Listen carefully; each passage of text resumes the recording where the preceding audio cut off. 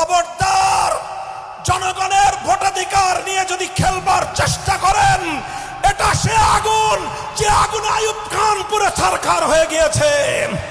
এটা সে আগুন যে আগুনে শেখ হাসিনা তার গতিসহ জ্বলে পুরে ছারখার হয়ে গিয়েছে। এই আগুনে হাত দিলে তারেক জিয়া এবং বিএনপি সরকার তোমরা জ্বলে পুরে ভস্মীভূত হয়ে যাবে ইনশাআল্লাহ।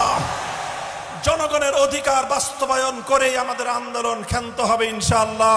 হে খুলনার মানুষ, আমি তোমাদের কাছে আহ্বান জানাতে চাই, বাংলাদেশের মানুষ তাদের ভোটের অধিকার বাস্তবায়নের জন্য যেভাবে 1969-এ গণ অভ্যুত্থান করেছিল, নিজেদের ভোটের অধিকার বাস্তবায়ন করতে না পেরে 71-এ মুক্তিযুদ্ধ করে দেশকে মুক্ত এবং স্বাধীন করেছিল, ভোটাধিকারের জন্য শেখ হাসিনার বিরুদ্ধে লড়াই করে জুলাই বিপ্লব বাস্তবায়ন করেছিল, এদেশের 70% মানুষের ভোটের অধিকার বাস্তবায়নের জন্য যদি আরেকটি বিপ্লবের প্রয়োজন হয়, আরেকটি অভ্যুত্থানের প্রয়োজন হয়, সে অভ্যুত্থানের জন্য প্রস্তুত থাকবে তো?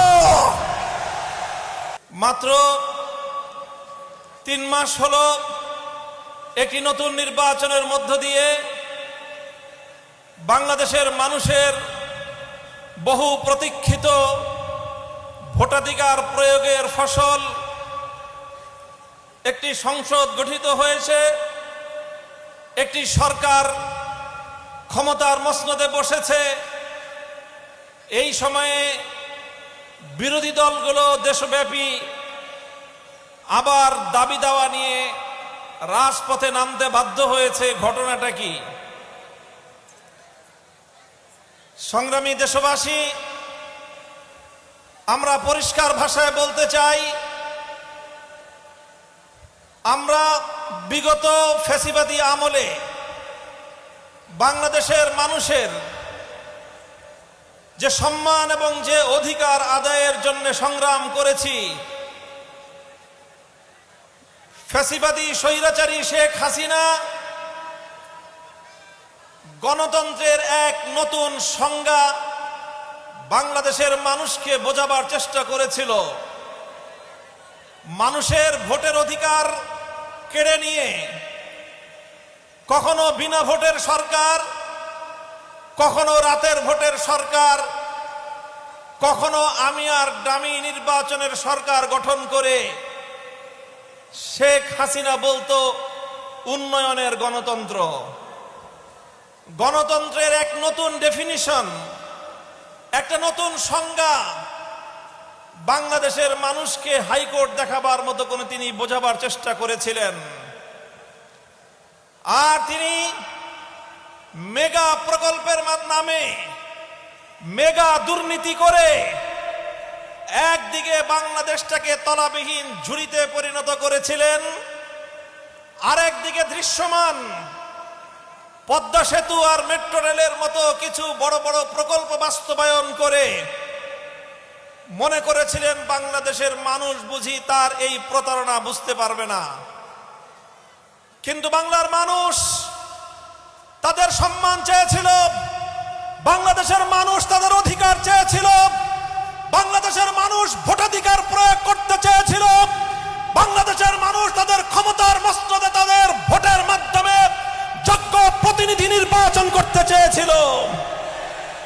কিন্তু দেশের মানুষের চাওয়ার সঙ্গে ফ্যাসিবাদী স্বৈরাচারী শেখ হাসিনা অব্যাহতভাবে নির্মম পরিহাস করে চলেছে, যার ফলশ্রুতিতে 2013 সালের শাপলা চত্বরের নবী প্রেমিক তাওহীদি জনতার বুকের রক্ত দিয়ে ফ্যাসিবাদ বিরোধী যে আন্দোলনের ভিত রচিত হয়েছিল, 2024 সালের বৈষম্য বিরোধী ছাত্র জনতার মহাবিস্ফোরণের মধ্য দিয়ে গণ অভ্যুত্থান পরিণত হয় এবং ফ্যাসিবাদী স্বৈরাচারী ভারতের কৃতদাসী শেখ হাসিনা দিল্লিতে পালিয়ে যেতে বাধ্য হয়। আমরা লক্ষ্য করতে পারছি বর্তমান সরকারের কাঁধে আবার নতুন করে ভূত সওয়ার হয়েছে। এটা হলো সেই শেখ হাসিনার ভূত, এটা হলো আবার সেই আওয়ামী লীগের ভূত, জনগণের ভোটাধিকারের সঙ্গে পরিহাস করবার এক অবিবেচনা প্রসূত এক ভূত আবার নতুন এই সরকারের কাঁধে সওয়ার হয়েছে। আমরা বিগত অন্তর্বর্তীকালীন সরকারের আমলে সকল রাজনৈতিক দলগুলো ঐক্যবদ্ধ হয়ে 2024-এর জুলাই বিপ্লবের ভিত্তিতে নতুন বাংলাদেশ গড়বার জন্য যে ঐতিহাসিক রাজনৈতিক ঐক্যমত্য প্রতিষ্ঠা করা হয়েছিল, সেখানে অঙ্গীকার ছিল জুলাই বিপ্লবের আকাঙ্ক্ষা বাস্তবায়ন করা হবে। জুলাই বিপ্লবের মৌলিক আকাঙ্ক্ষা ছিল দুটি। এক নম্বর আকাঙ্ক্ষা ছিল বৈষম্য বিলোপ করা। জুলাই বিপ্লবের 2 নম্বর আকাঙ্ক্ষা ছিল ফ্যাসিবাদের রাস্তা বন্ধ করা। দীর্ঘ আলাপ হলো, ঐক্যমত্য কমিশনে জুলাই সনদ বাস্তবায়িত, জুলাই সনদ প্রণীত হলো। জাতীয় সংসদের দক্ষিণ প্লাজায় সকল রাজনৈতিক দলগুলো জুলাই সনদে স্বাক্ষর করলো। আজ জাতীয় সংসদে দাঁড়িয়ে সরকার দলের মুখপাত্র বলেন জুলাই সনদের মাধ্যমে নাকি অন্তহীন প্রতারণা করা হয়েছে। আমি খুঁজে দেখলাম অন্তহীন প্রতারণা আসলে কোথায় হয়েছে। আমি খুঁজে পেলাম গোটা এই প্রক্রিয়ার মধ্যে একটা জায়গায় অন্তহীন প্রতারণা হয়েছে, আর সেটা হলো জামাতে ইসলামী, বাংলাদেশ খেলাফত মজলিস, এনসিপি, 11 দলের সবগুলো দলের কাছে জুলাই সনদের যেই কপি প্রদান করা হয়েছিল, আমরা যেটা পরে সংসদ ভবনের দক্ষিণ প্লাজায় গিয়েছিলাম স্বাক্ষর করতে, সেখানে বিএনপির অসাধু নেতৃত্ব অন্তর্বর্তীকালীন সরকারের কিছু গাদ্দার এবং বিশ্বাসঘাতকের সঙ্গে তলে তলে আতাত করে নতুন একটি ধারা নোট সংযুক্ত করে তারপরে সেখানে স্বাক্ষর অনুষ্ঠান করেছে। বিএনপির সঙ্গে অন্তর্বর্তীকালীন সরকারের গাদ্দারদের তলে তলে আতাত, সেটাই ছিল অন্তহীন প্রতারণা। আজ আমরা পরিষ্কার ভাষায় বলতে চাই, গণভোট বাংলার মানুষ দিয়েছে। বিগত সরকার, বর্তমান সরকার, বিএনপি যখন নির্বাচনের প্রচারণায় নেমেছিল, আপনারা দেশের জনগণ সাক্ষী, প্রথমে তারা তলে তলে না ভোটের পক্ষে ক্যাম্পেইন শুরু করেছে। গোটা বাংলাদেশের 300 আসনে বিএনপি দলের নেতা কর্মীরা গণভোটে নায়ের পক্ষেই তারা অবস্থান গ্রহণ করেছে। আমরা জুলাই সনদ বাস্তবায়নের জন্য যখন মাঠে নামলাম, আন্দোলন শুরু করলাম, গোটা বাংলার মানুষ জুলাই সনদ বাস্তবায়নের জন্য ঐক্যবদ্ধ হতে শুরু করলো। তখন বাধ্য হয়ে তারা জুলাই সনদ বাস্তবায়নের প্রক্রিয়ায় আসতে সম্মত হলো, আলোচনার টেবিলে বসলো। আমরা অনেকেই বলেছিলাম আমরা আগামীর বাংলাদেশে গণপরিষদ গঠনের মধ্য দিয়ে নতুন সংবিধান আমরা রচনা করতে চাই, অথবা সংবিধান পুনর্লিখন করতে চাই। বিএনপি সংবিধান সংশোধন ছাড়া অন্য কোনো পথে অগ্রসর হতে চাচ্ছিল না। শেষ পর্যন্ত আলোচনা করে সাব্যস্ত হলো মাঝামাঝি একটা জায়গায়, সেটা হলো একটা সংবিধান সংস্কার পরিষদ গঠিত হবে, আর সেই সংবিধান সংস্কার পরিষদের মাধ্যমে সংবিধান সংস্কার হবে, আর সেই সংস্কারের জন্য গণভোট অনুষ্ঠিত হওয়া লাগবে। সব ঐক্যমত্য হয়ে গেল, বিচার হলো, সালিশ হলো, তালগাছ অর্ধেক বিএনপির, অর্ধেক বিরোধী পক্ষের।